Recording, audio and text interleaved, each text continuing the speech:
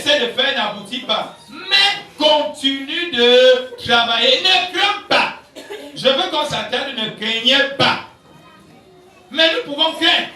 Nous pouvons dire que oui, la situation-ci est une mauvaise situation. La situation-ci, comment, voilà le carburant qui ne fait qu'augmenter. Car on doit craindre, c'est normal. Mais il te dit ne crains pas. Il te donne son assurance que ne crains. Continue de travailler.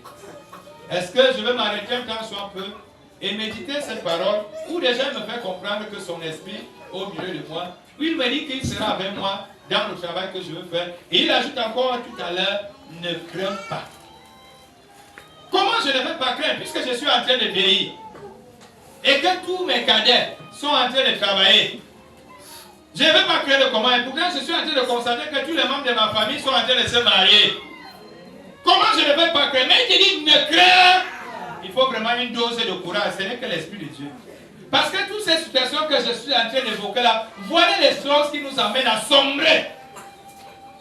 Quand j'essaie un peu de regarder ma vie, en longueur et en largeur, je vois que je suis dans la perte. Perte de quoi? Il dit, fortifie-toi. Qui a dit que tu es dans la perte? C'est toi ou bien c'est lui?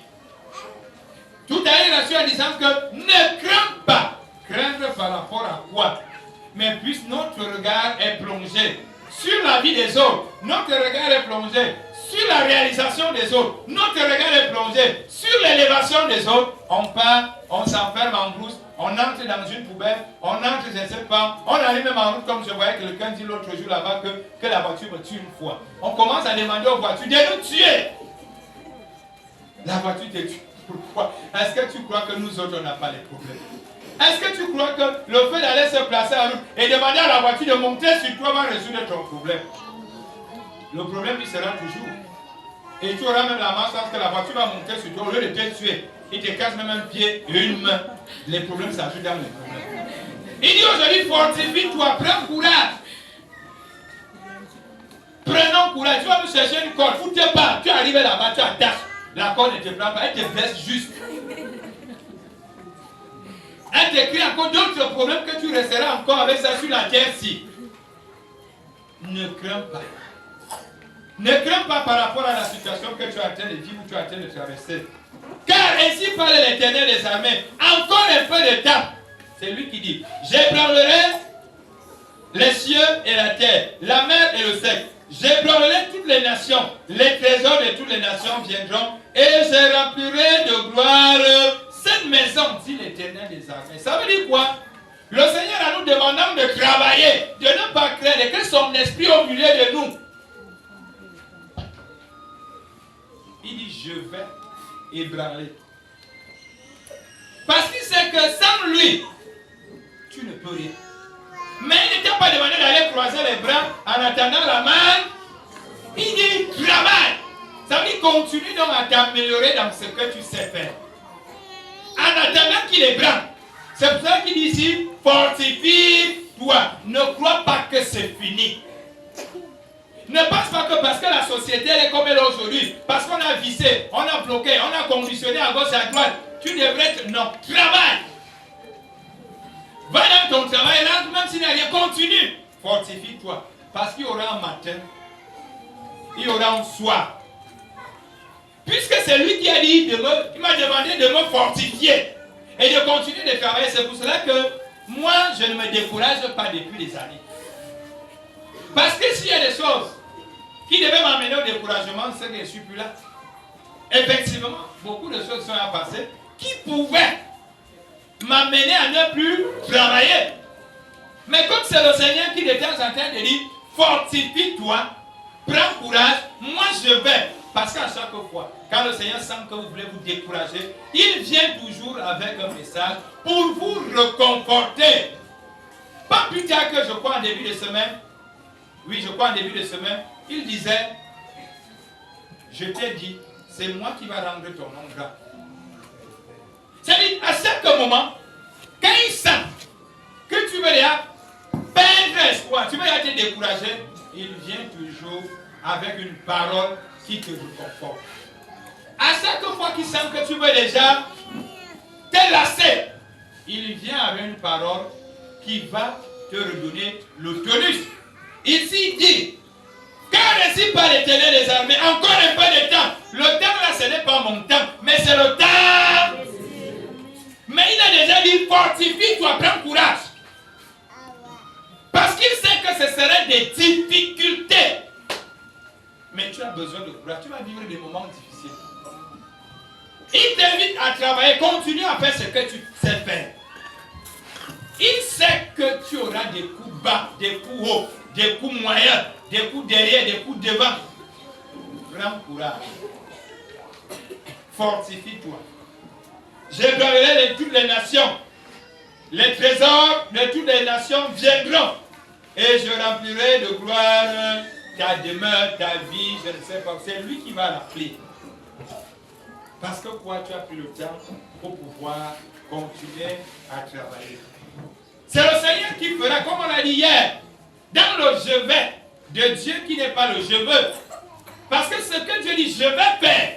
Quand il dit ici, je vais ébranler les cieux, tu sais qu'on ébranle le ciel comment?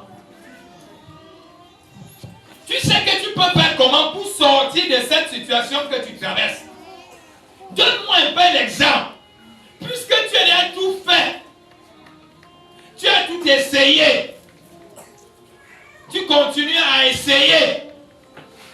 Mais la seule chose qui entre dans ton esprit, c'est le découragement. Et tu commences à penser que tu es nul. Non, il ne t'a pas demandé d'être pour décourager, mais il t'invite à continuer de travailler, même comme les conditions de travail sont difficiles.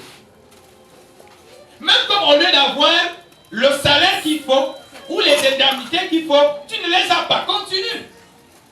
Même comme au lieu d'aller en mission comme tout le monde, on bloque. Toi, on ne t'envoie pas en mission. Continue.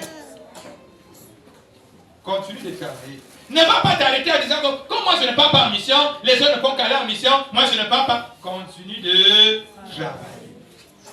Parce que c'est lui qui fera ce qu'il doit faire pour toi. Parce que le travail que tu fais, tu ne le sais pas, c'est ça qui compte pour lui. J'aime si bien le dire.